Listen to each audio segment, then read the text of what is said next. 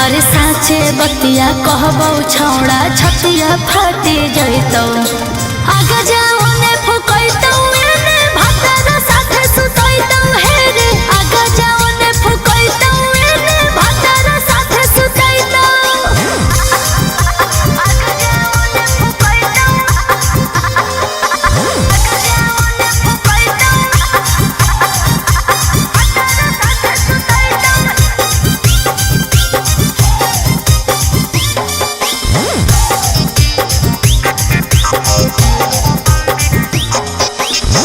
सब दिन खिलैना होलिया में तोरा सोइना गे हमर नहीं गलती हो कौन हवा काहे बुलाइना रे प्लीज गुस्सा मत करो बाबू। सब दिन खिलैना होलिया में तोरा सोइना गे हमर नहीं गलती हो कौन हवा काहे बुलाइना रे गे छौड़ी भतरा दे तो खूबे मजा ओगे छौड़ी रंगाला लगैतौ धर के पाजा। अरे साचे बतिया कहबो छौड़ा छतिया फाटी जइतौ आगे जाओ ने फुकैतौ एने भातर साथे सुतैतौ हे रे आगे जाओ ने फुकैतौ एने भातर साथे सुतैतौ आगे जाओ ने फुकैतौ आगे जाओ ने फुकैतौ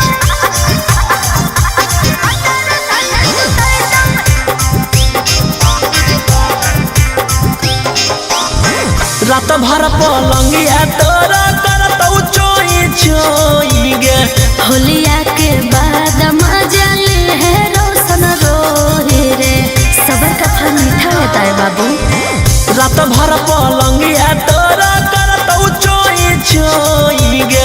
होलिया के बाद मजा ले है रोशन रोहे रे गे छौड़ी